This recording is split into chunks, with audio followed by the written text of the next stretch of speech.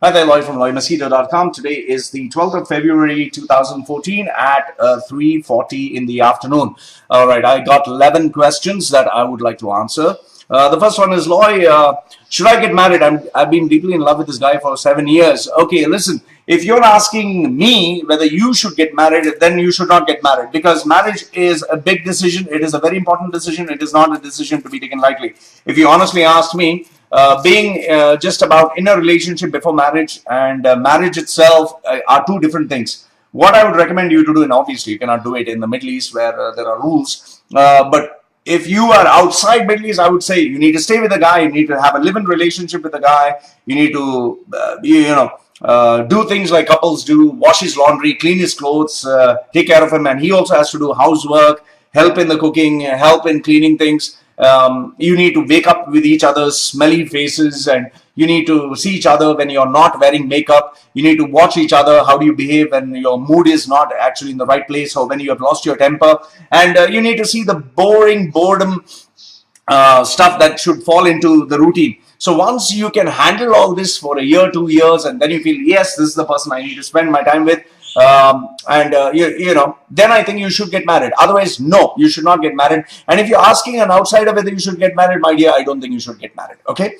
The next one, Loy, this guy's harassing me on Facebook. What do I do? Simple. Just block the shit out of him. Block him off. Finish. Block him. Then he doesn't have to see you. You don't have to see him. And if the guy keeps creating new accounts, block all his accounts. Okay. The next one, Loy, can one man change the system? There are a lot of problems at my workplace. Do you think I can make the difference? The very fact that you're asking me if you can make the difference proves that you can't make the difference. And remember this, one man cannot change the entire system. You cannot become Gandhi or Nelson Mandela. If you want to be Gandhi or Nelson Mandela, remember one thing. It took them a long time to change the system. Second is, they spent their entire life trying to change the system. And third one is, they didn't do it for their own benefit. They did it for the benefit of other people. So if you're willing to spend the next 30 to 40 years or 50 years of your life in this workplace, if you're planning to do it for the benefit of other people, and if you're planning to do it selflessly, then maybe you can change the system. Otherwise, no. You need to be realistic, my friend. If you don't like the job, just leave the job. There are so many other jobs. I mean, what's wrong with you people? Loy, what is your opinion on visualization, affirmation, and positive thinking? Okay, my opinion is this is total rubbish. Visualization is where you think and you imagine and you see hair coming on your head, and then you actually see hair on your head. Affirmation is you keep repeating, I'm going to see hair on my head, I have hair on my head, I have hair on my head. I thank the forces of the invisible universe that I've hair on my head, and I see hair on my head. And positive thinking is, I'm not bald, I'm just really good looking. Now, in as much as this does give short-term solutions, it does not help you in the long term. So visualization is important, but not that important that it should replace hard work and being realistic in nature. And even affirmation and even positive thinking. So all three are just like feely good stuff, but it's not actually being realistic in nature. Then, Lloyd, what is your opinion on Dale Carnegie's How to Win Friends and Influence People, Napoleon Hill's Think and Grow Rich, and Norman Vincent Peale's Power of Positive Thinking? Okay, fine. I read these three books when I was 16 years old, and I really got influenced by Dale Carnegie's How to Win Friends and Influence People. Well, it is the book which was accepted those days. Today is totally rejected because it is about faking it. It's about being fake. It's about wanting to take advantage of other people, putting on a smile, being very excited to see people, and doing things in a manipulative way, so it does not work. If you're not that character that they've asked you to be, it does not work. The second one is Napoleon Hill's Think and Grow Rich. Napoleon Hill was employed by Andrew Carnegie to take the interviews of all the top successful people in the world. And he wrote down the principles like visualization, affirmation, having invisible angels and all that stuff. Now, you would never get any rich guy who would say that I paid bribes, I did something illegal, or I had shady business deals to succeed. Everyone says that you need to be positive, you need to be focused, you need to be alert, you need to visualize, believe in yourself, which is true. But there's no guarantee that if you follow Napoleon Hill's book, you will succeed. At the same time, you need to understand that without those characteristics, you cannot be. So you should be mad about money. You should be desperate about money. And yes, there's always a 50% chance whether you use these principles or don't use these principles. The next one is Norman Vincent Peale's Power of Positive Thinking. Total hogwash, because he just makes you believe that positive thinking helps you in everything. Well, these three guys were very successful in selling their books. That is why a generation believes that. Even today people believe it, but it's not realistic in nature. Loy, next one. Loy, what do you think are two of the biggest reasons why your blog is so popular? Simple, because I stick to my brand.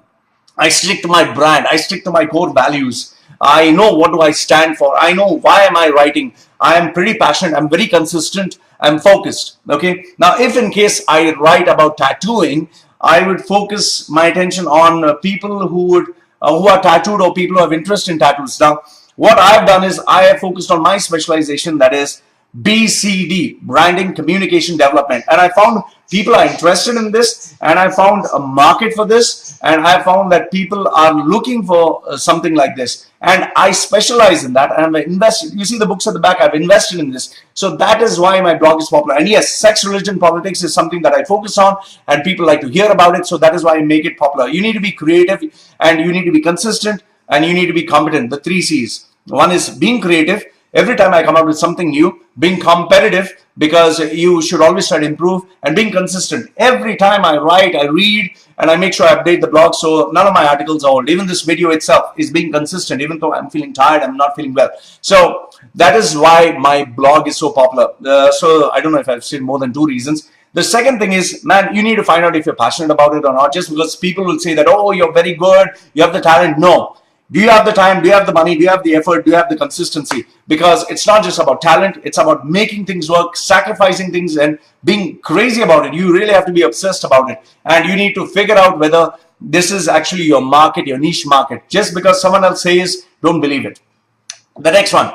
Loy, I want to be a motivational self-improvement coach. Which is the book that you recommend? Okay, I recommend the book by Tony Robbins, that is Awaken the Giant from Within and Unlimited Power. So if you are looking at becoming a, a motivational coach or self-improvement coach, these 2 books have the core, the crux that will help you base your foundation.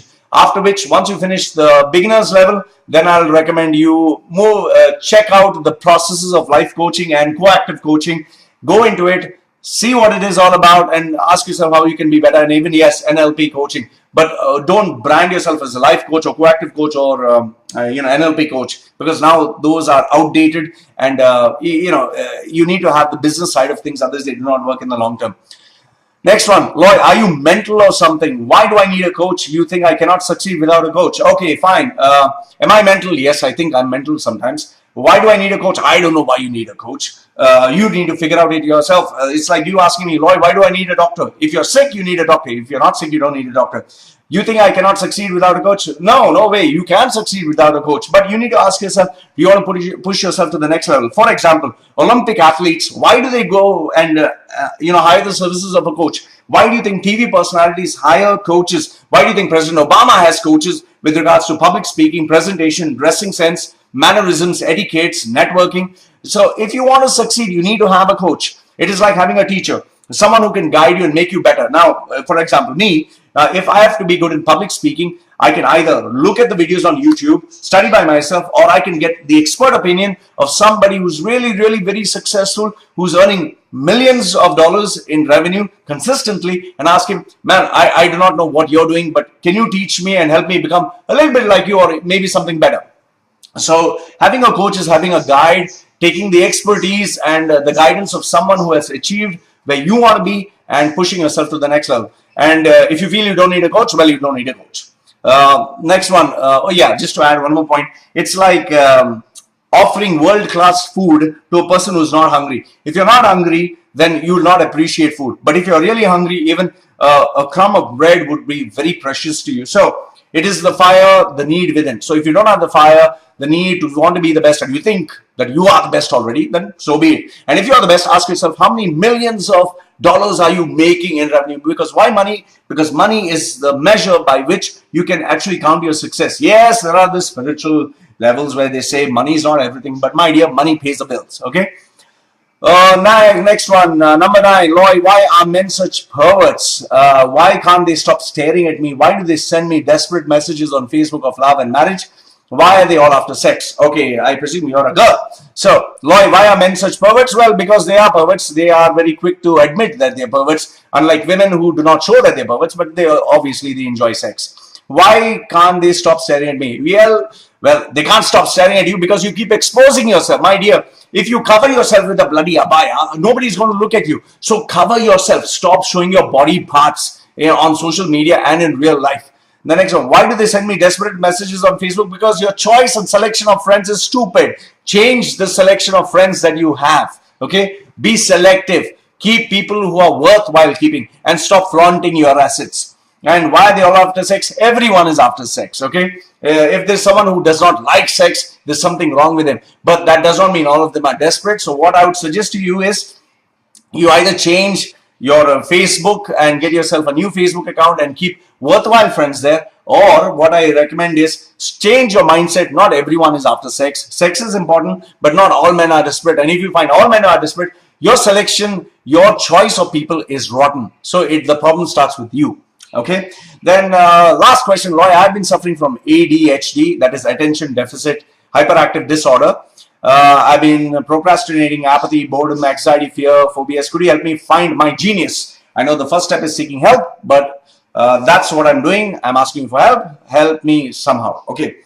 Now, you have been suffering from ADHD. Even I wouldn't say I've suffered from ADHD. I have ADHD, but I've channelized it into something worthwhile. Like, I love attention. That is why I got these tattoos done. I don't get tattoos, all right? I speak in public so people listen to me. I write posts so people comment.